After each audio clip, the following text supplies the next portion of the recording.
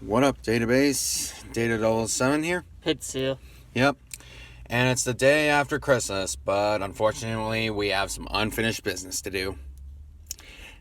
That being, we have one more thing to do, and that is discussion, and that is Rudolph the Red-Nosed Reindeer, the movie. First of all, let's just dive into his origins. Rudolph the Red-Nosed Reindeer was originally created in the 30s as a way to basically have a giveaway book to children during the holidays. So, and it was created by this one guy. I mean, I'll leave his name in the description. But either way, I don't remember his name. But so basically, it became so popular, we got a song that we all know. I don't like the kids' chorus version though. I can go my whole life without hearing that again. If you don't know what that is, when they scream like a light bulb, like Columbus, that stuff. Hate it. Freaking hate it, man. Does nothing but kill the flow of the song for me. So, and then we finally, in 1948, we get an 8-minute short. Which, you know, to be honest, not a lot of people seem to bring up these days because, you know, like something in the 60s did take all its fire. So in the 60s, we get Rudolph the Red-Nosed Reindeer, which is part of, I think it was Lincoln and Bass company, the stop motion company. In which it's a classic, even though I'm not the biggest fan of it. I've only seen the whole thing like twice in my lifetime, and I know there are other ones that followed. Especially there's this one where Rudolph has to go after Baby New Year because he's run away. You know who Baby New Year is, right? No. Let me say, it used to be, you know, like this. It's kind of an obscure symbol where, basically, the biggest trait this baby has is big ears. Okay. I don't get what that means, but whatever. Then we go down the road. We get Good Times, which was usually just a mockbuster company. We get Rudolph the Red-Nosed Reindeer, the movie, in 1999. And this one was more ambitious, as it managed to get not only some big star voice actors, but it also managed to get a theatrical release in October for some reason. And get October somehow. I think due to that, while it had a $10 million budget, it didn't even make even a quarter of its budget back. They probably should have just released it closer to Christmas. Yeah, most definitely. So yeah, let's just do this. Now the story is loosely based on Rankin and Bass version, the stop motion one. Oh yeah, very loosely. But they do expand on it, which we'll get into in a minute. So basically, you know, like what else? Two reindeer give birth to a baby named Rudolph. Okay. A reindeer named Rudolph, and he has an obscurely shiny nose, shiny red nose, which everybody mocks him for because he's different. He's different, you know, like we know all the story.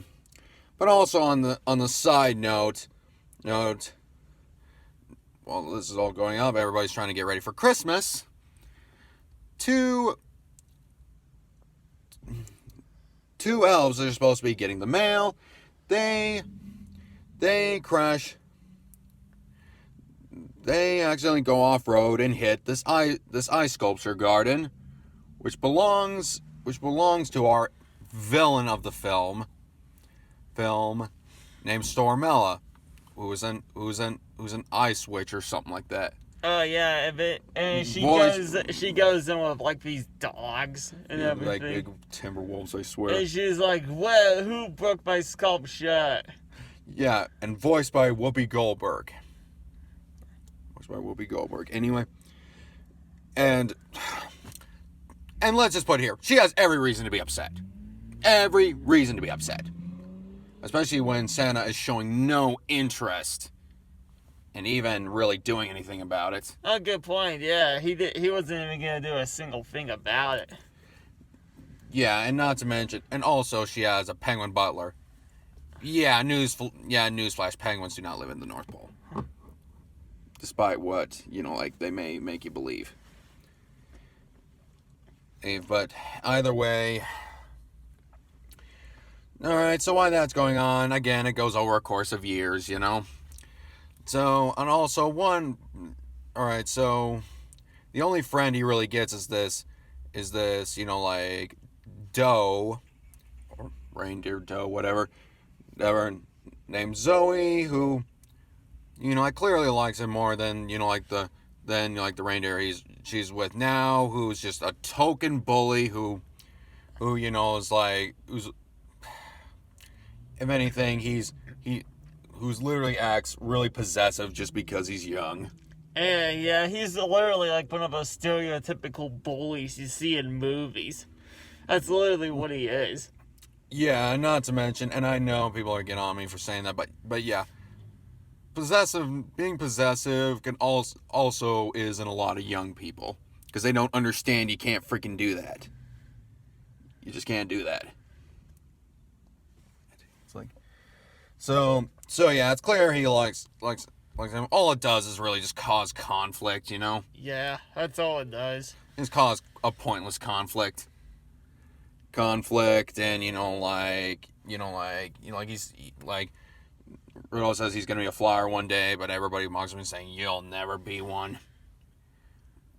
Just because you know why, and then year comes by, and then we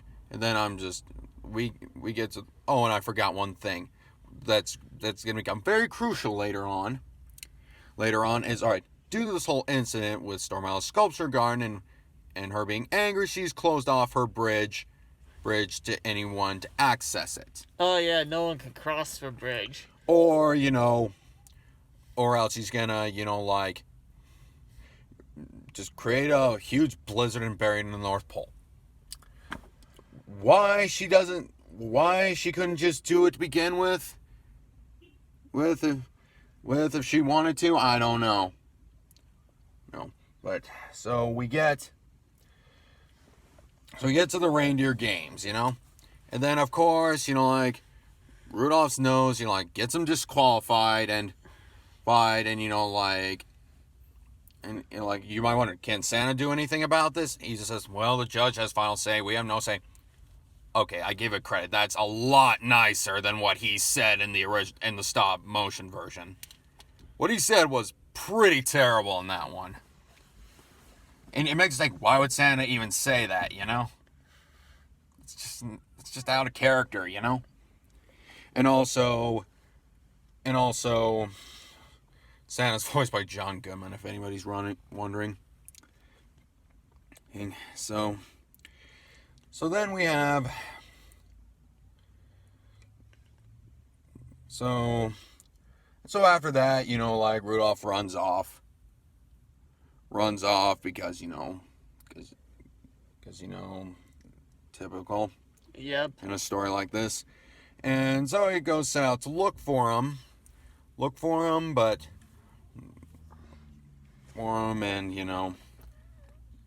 and basically the bully Arrow, he just kind of disappears at this point in this film. So then Rudolph meets up with this kind of wannabe Timon and Pumbaa couple, duo, an Arctic fox, who I can't remember his name. I wish it.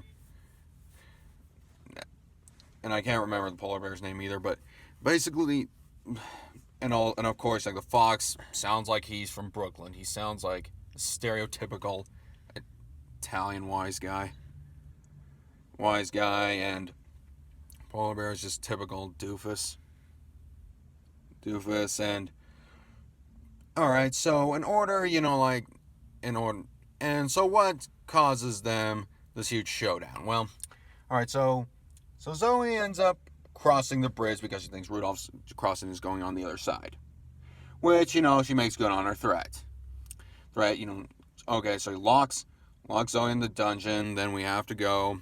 So, of course, they have to go rescue her, that Rudolph is told by, these three, guessing they're fairies of the Northern Lights. Oh, yeah, these three fairies that would routinely appear in the movie. Yeah, and really just do nothing but just give them confident speech, and then, then you just go off from there. Go on from there, while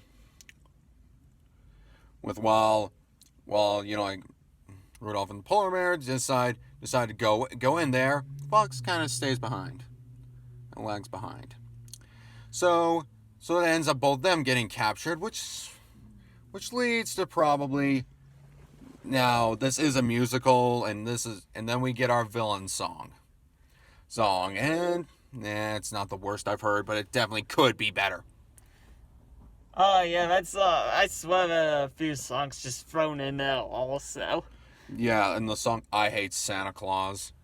I'm just saying, if she hates Santa Claus that much, why the freak didn't she just do? Because seriously, she's got him captured, but she hasn't made through with her threat yet.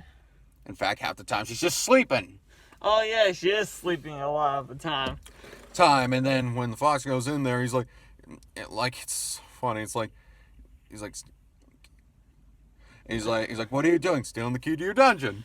I know, she's so out of it. He's just like, oh, I'm stealing the key to your dungeon. She's like, oh, okay. And just goes to sleep. And then a few seconds later, stealing the key to my dungeon. I know, it just hits her after he's already gone.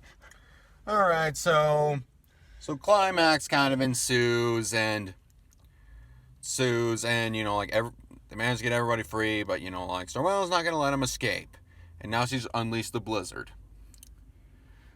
And having Rudolph in defensive mode, the light from the nose leads Stormwell to go off the edge, and of course, this is not one of those things where they can kill off the villain, so he basically pulls her up, and he's like, I can give you one wish, according to the rules. He's like, I want you to be nice. I know, it's literally always says, I want you to be nice. And she's like, you can wish her anything, and do you really want that? And he's like, I want you to be nice.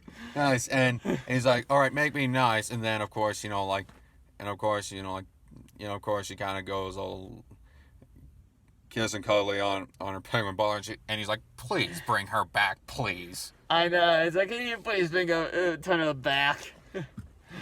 Yeah, so of course, like the end of the story, Rudolph guides Santa's sleigh that night, and it just ends up with a reprise of the song, and that's pretty much the end of it. But honestly, this could have worked, to be honest.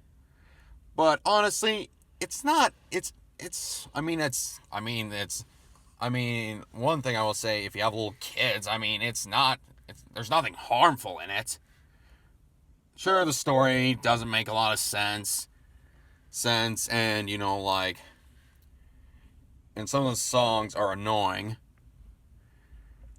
I don't know. Honestly, I think we can both agree, if you have little kids, there's nothing wrong with it. I mean, yeah, I guess it's something to pass the time for like a 3-year-old, I guess. Yeah, and also, don't overpay for it.